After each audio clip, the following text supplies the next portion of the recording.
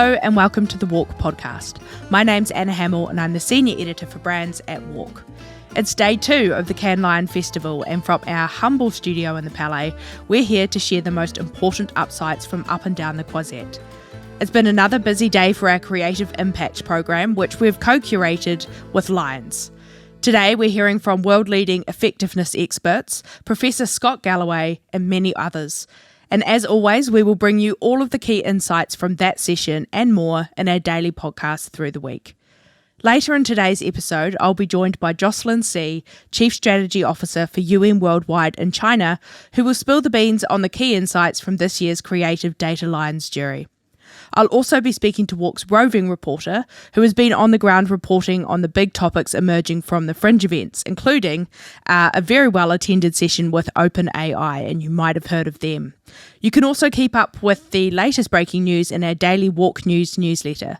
But first, I'm joined by WARC's SVP of Content, David Tiltman, who has just joined us from a session exploring the new golden age of effectiveness. Hi, Anna. Good to be back. Great to have you. So you attended a very popular session this morning with some world-leading effectiveness experts. So tell us about the lineup and what they were covering today.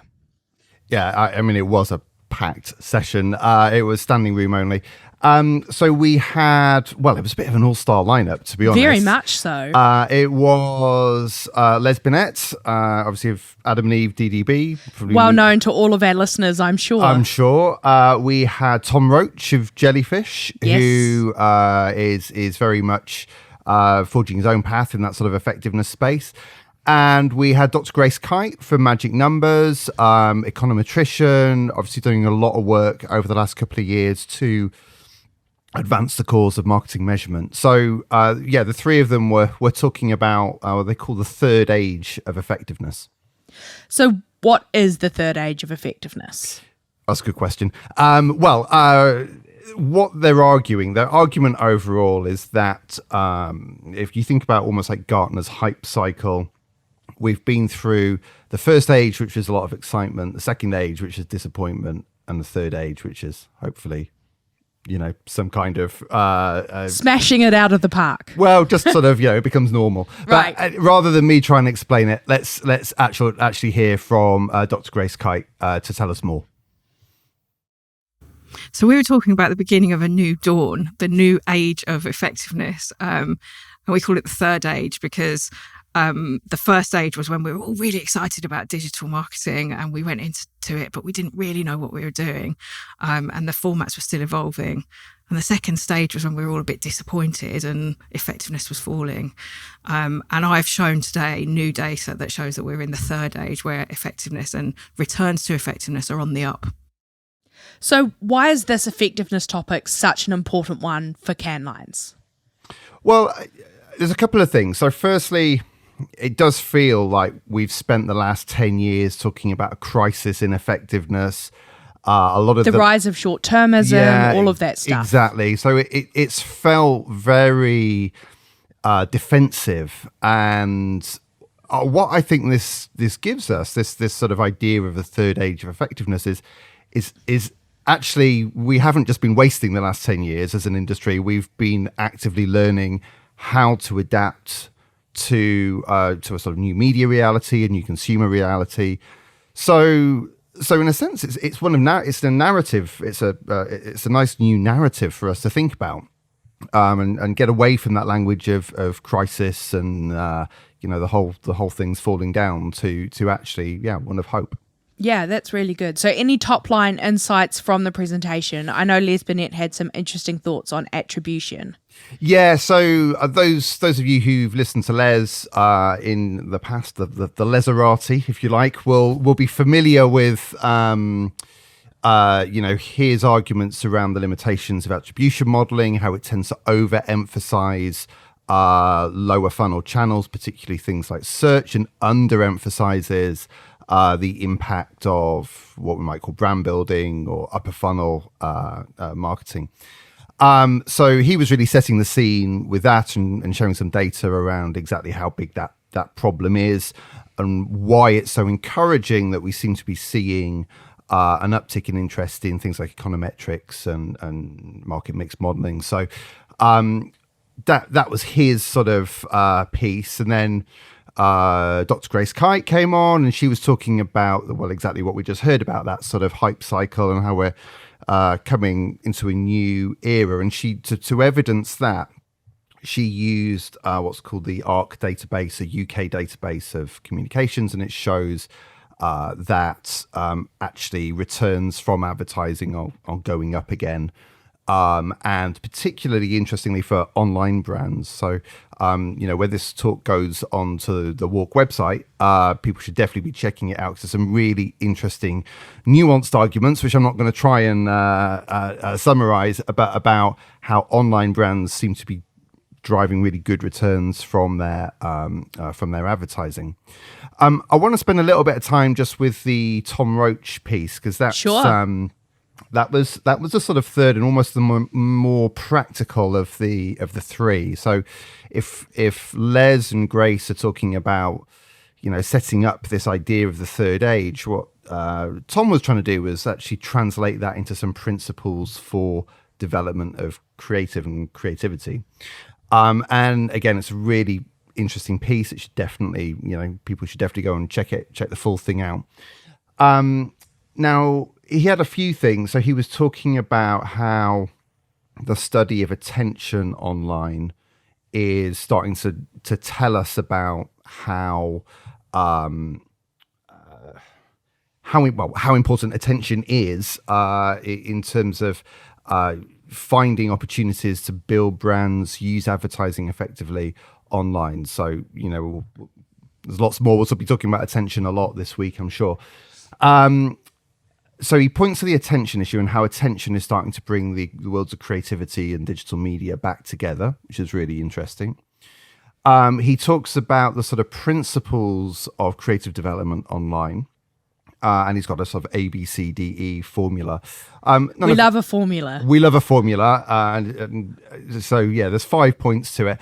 I'm not gonna read out all 5, but I think the important thing with it is, a lot of the principles we know about use emotion, things like distinctive assets, be different, distinctive, all those sorts of things.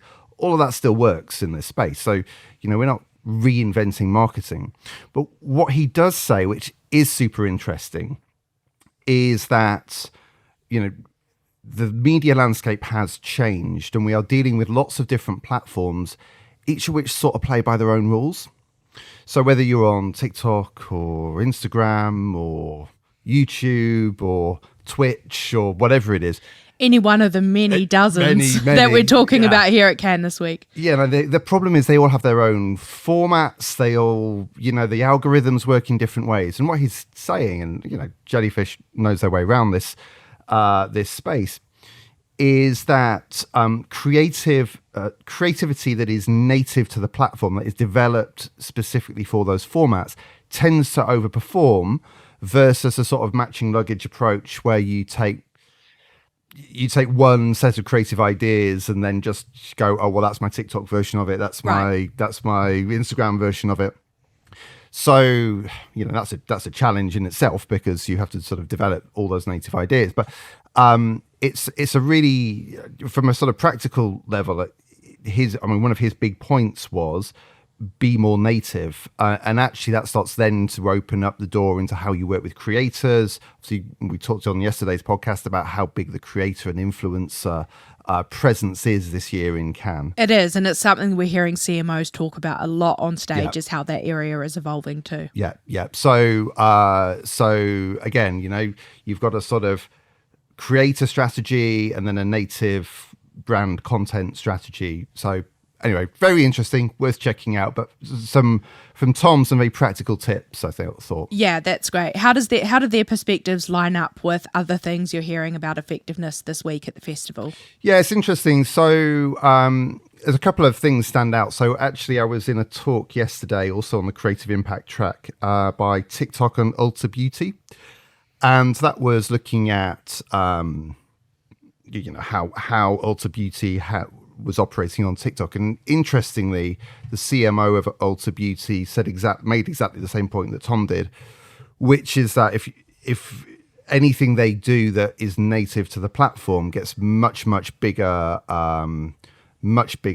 sort of response, much bigger effectiveness outcomes than stuff that isn't native to the platform. So that was, the big takeaway from that. And so that very much aligns with what Tom's saying. The attention piece I mentioned, and that is something we are hearing about attention across the festival. If I'm honest, I think a lot of people are struggling to define attention. Obviously we know people like Karen Nelson-Field, Mike Follett, they've got definitions of attention, but we're hearing lots of other people with, let's say, their own somewhat partial definitions. Yeah.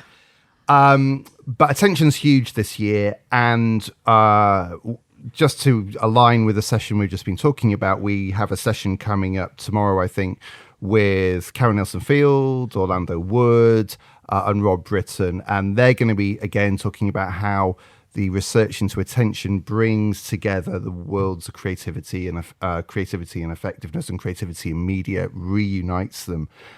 So very much a follow-on from what Tom was talking about. More huge names are on the Creative Impact What can stage. I say? It is a week of huge names. Yeah, and we will be bringing all of you the reporting from that over the next few days, and also a deep dive interview with the CMO of Ulta Beauty, who spoke to me yesterday about a few more of those things that you were just discussing. So thank you, David, for joining us, and you will be back on the podcast later this week with more information about what's been happening across the festival. I will indeed. Thank you, Anna. Thank you. My next guest in the studio is Jocelyn Tse, Chief Strategy Officer for UN Worldwide in China, and a member of the Creative Data Lions jury. Jocelyn, welcome to the podcast. Hi, thank you, Anna. I'm very happy to be here. How has judging been going this week? We just completed yesterday. It was very, very interesting. I was in a group of really diverse background, ethnicity, and different nature of work. So it was very rich in conversation, and it was very inspiring talking to people from very different backgrounds. But then the process was pretty intensive because there's actually 15 awards in our category amongst 500 entries. Wow. So it was an interesting 2 days with very good results. We walked away all very happy and very much aligned. Sounds brilliant, and we're looking forward to hearing the winners in coming days from your category. Were there any key trends that came out of the judging that really stuck in your mind? Definitely. So when it comes to creative data, especially this year with generative AI becoming a very popular tool, there was a lot of AI art. There was a lot of dead people coming back to life through AI. But what I really valued was there were a lot of cases that used AI to help businesses, to help reshape certain business models or drive sustainable businesses. I gravitated towards those cases a lot. And then another theme was kind of the power to the people. So using data to enable access and kind of a sense of community, people coming together. So that was another theme. And then there was a lot of cases around inclusion, whether it's removing certain problems through AI, or in another perspective, it's making problems more visible. So people's certain struggles are made more known to the broader environment. And then also there was a sense of removing divide in societies. I think in recent years, there's a lot of divide. There's a lot of different opinions and points of views in our broader society. So data and tech and AI was used in a lot of these areas as well. So that sounds like some really interesting applications. Where do you think the use of data and creativity will go moving forward from here?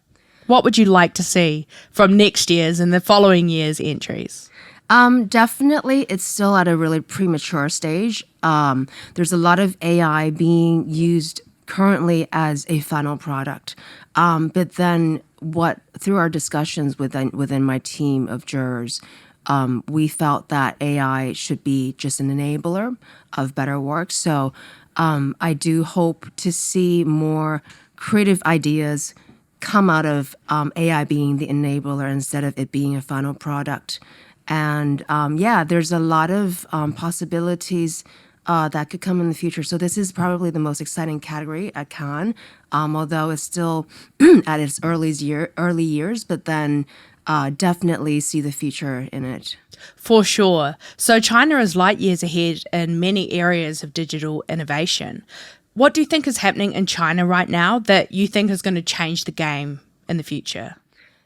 Definitely. I mean, to your point, we're definitely very advanced in tech and the sophistication of our market and ecosystem on a day-to-day basis. Because I'm in media, on a day-to-day basis, we would be looking at 30 plus different platforms or apps. So the range and breadth of what we've got to offer in China is a lot richer than a lot of markets.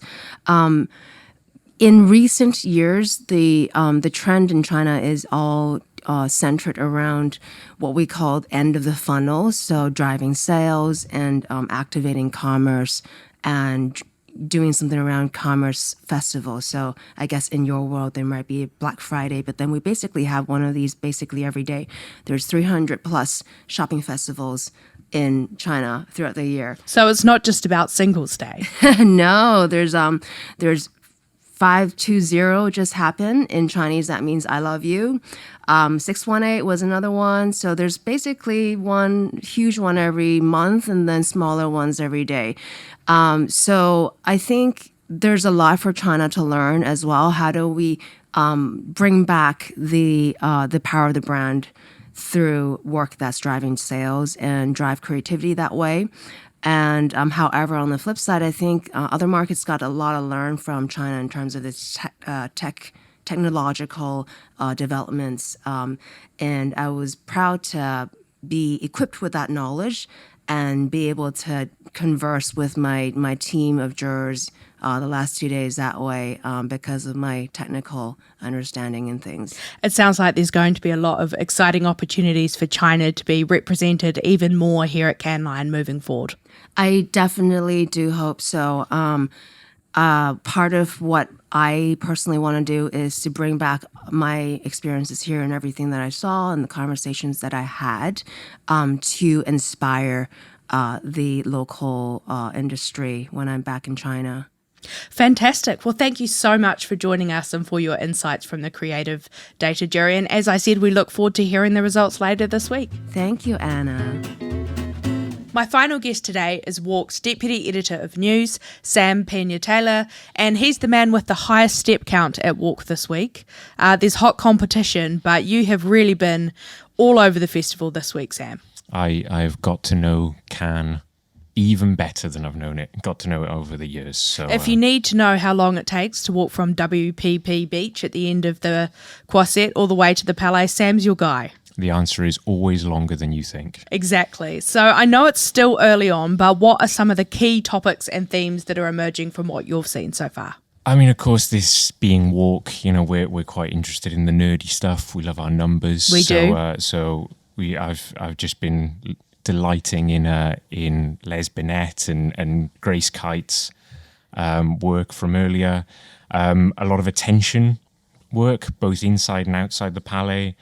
What are some of the interesting conversations you've seen around attention? Because it's something we've focused on a lot at WARC. So attention, well, we're getting a little bit closer to knowing that attention is not the same, and that there is not only not a currency for it, but that different platforms make attention work in different ways. And effectively, we're just getting a little bit more sophisticated. That's really it, as far as I can tell. Of course, you've got to go to each platform to really understand the level of that sophistication. Any intel from brands or marketers specifically around attention or how it's shaping their business?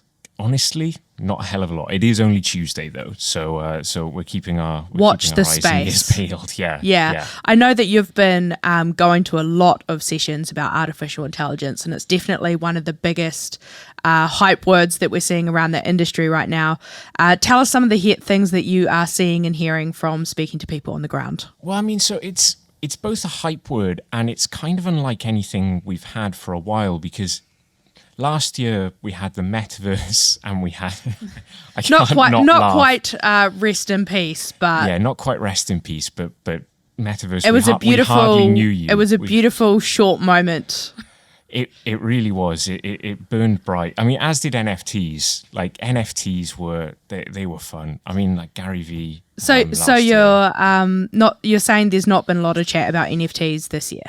Oh, nothing. Like basically nothing. Like AI has blown everything out of Right. the water. Partly because this is such a big story. This is so much bigger than advertising. It's so much bigger than computing. It's everything. But this And doesn't begin and end with ChatGPT, right? This is a whole business problem and It that does- needs solving. It doesn't, because ChatGPT is effectively the one route that most people have into seeing how this could affect their lives. So ChatGPT is without doubt kind of the market leader, if you will. I don't know how much that's translating to commercial success for them. You know, they are still very much a startup, but that is usually the route in.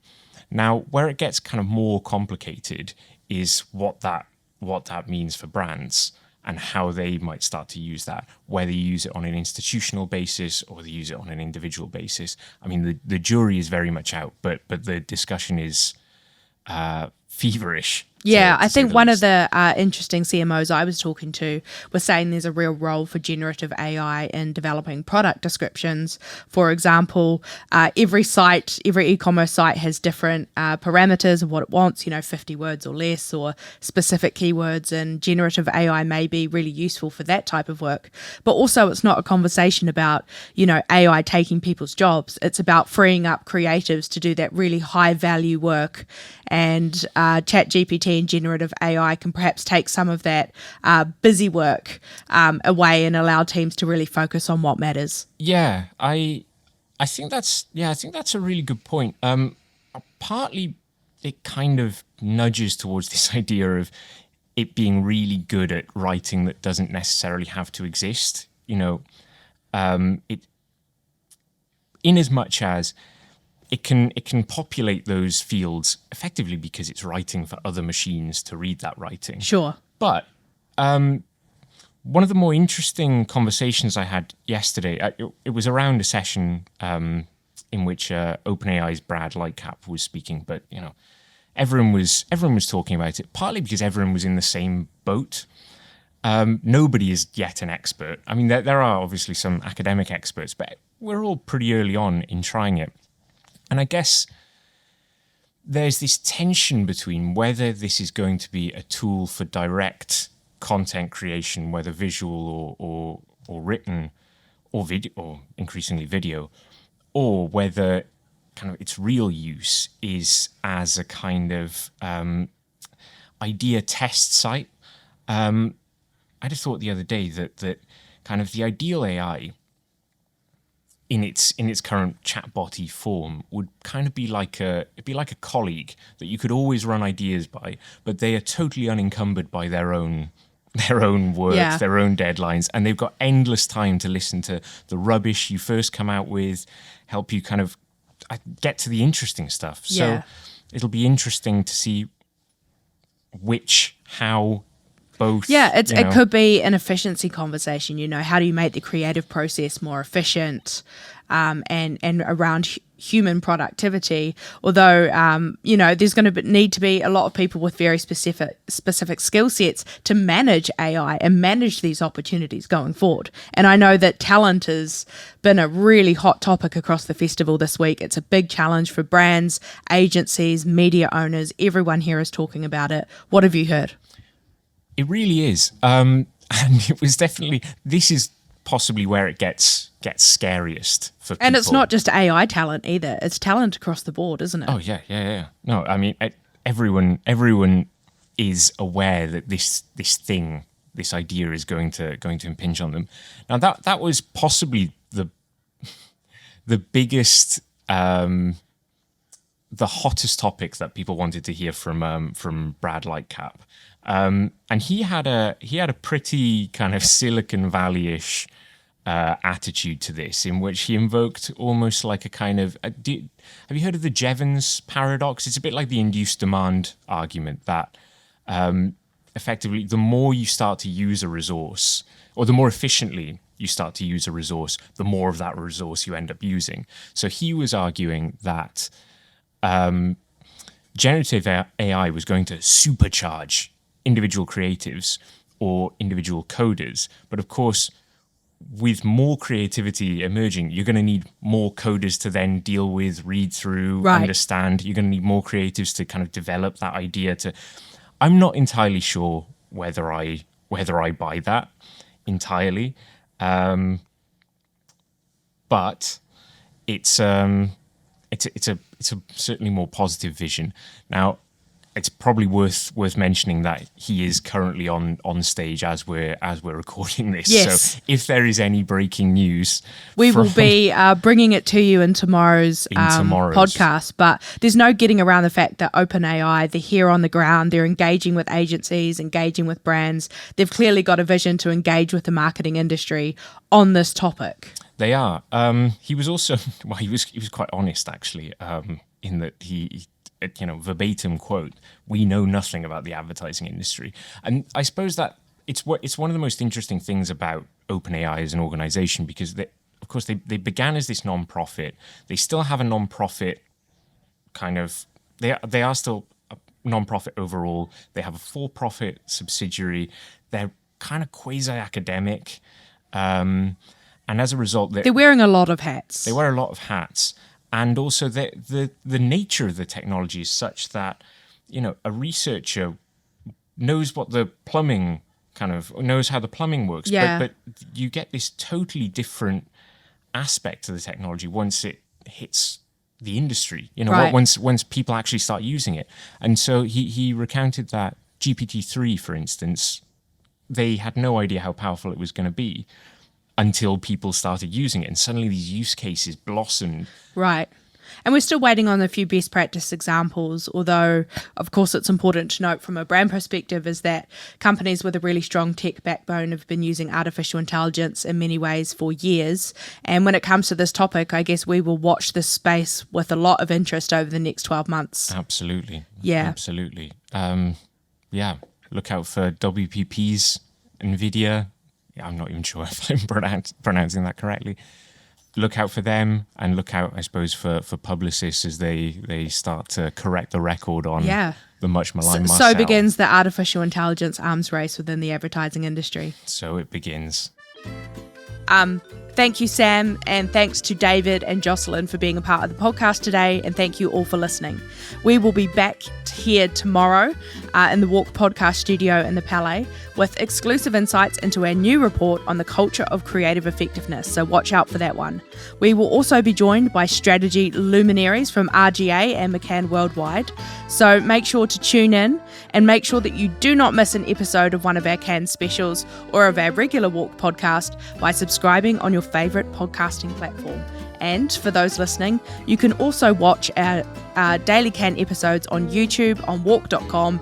And last but not least, you can catch up on all the latest breaking news from Sam in our daily newsletter, WARC News. So that's all for now, and we'll see you again tomorrow.